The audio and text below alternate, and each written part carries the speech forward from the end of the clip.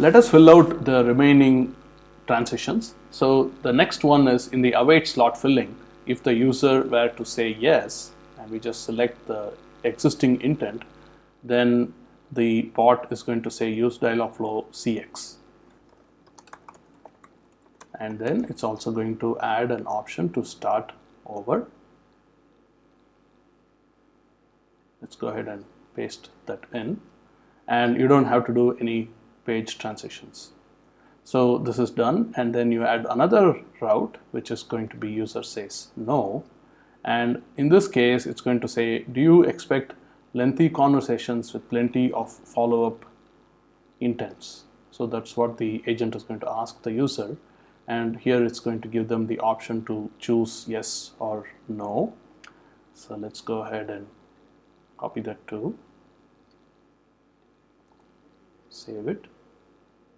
And in the case where,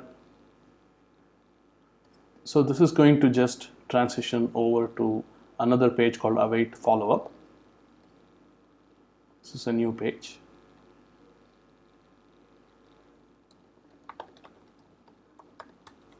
And let's save that.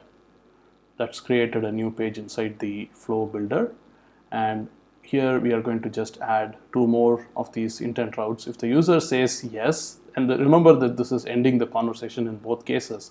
If the user says yes, it's going to say use Dialogflow CX, and it's going to end the conversation, right?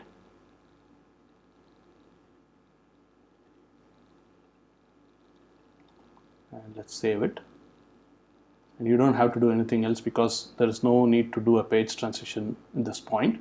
On the other hand, if the user were to say no for the await follow-up state, then it's going to say use Dialogflow ES, just sort of like where it defaults to at the end. And one more time, it's going to provide this start over option.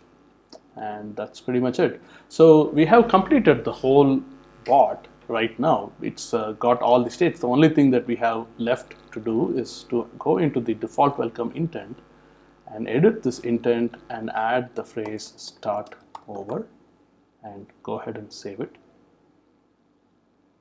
So I have to press enter first and then save it. Then I'm going to go to the test agent and say hi. Are you building a voice bot? I'm going to say yes, and it's come back with the answer, right? So it's just going to ask us to start over. So if I were to type the word start over, it's as if I clicked the button.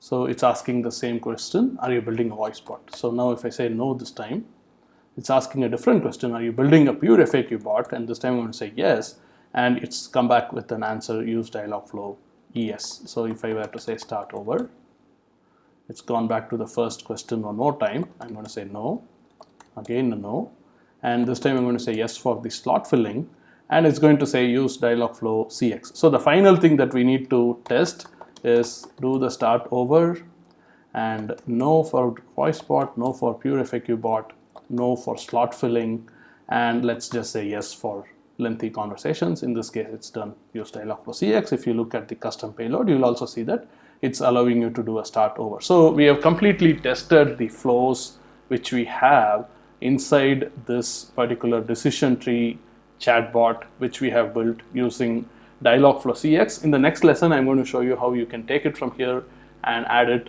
into the Dialogflow Messenger integration.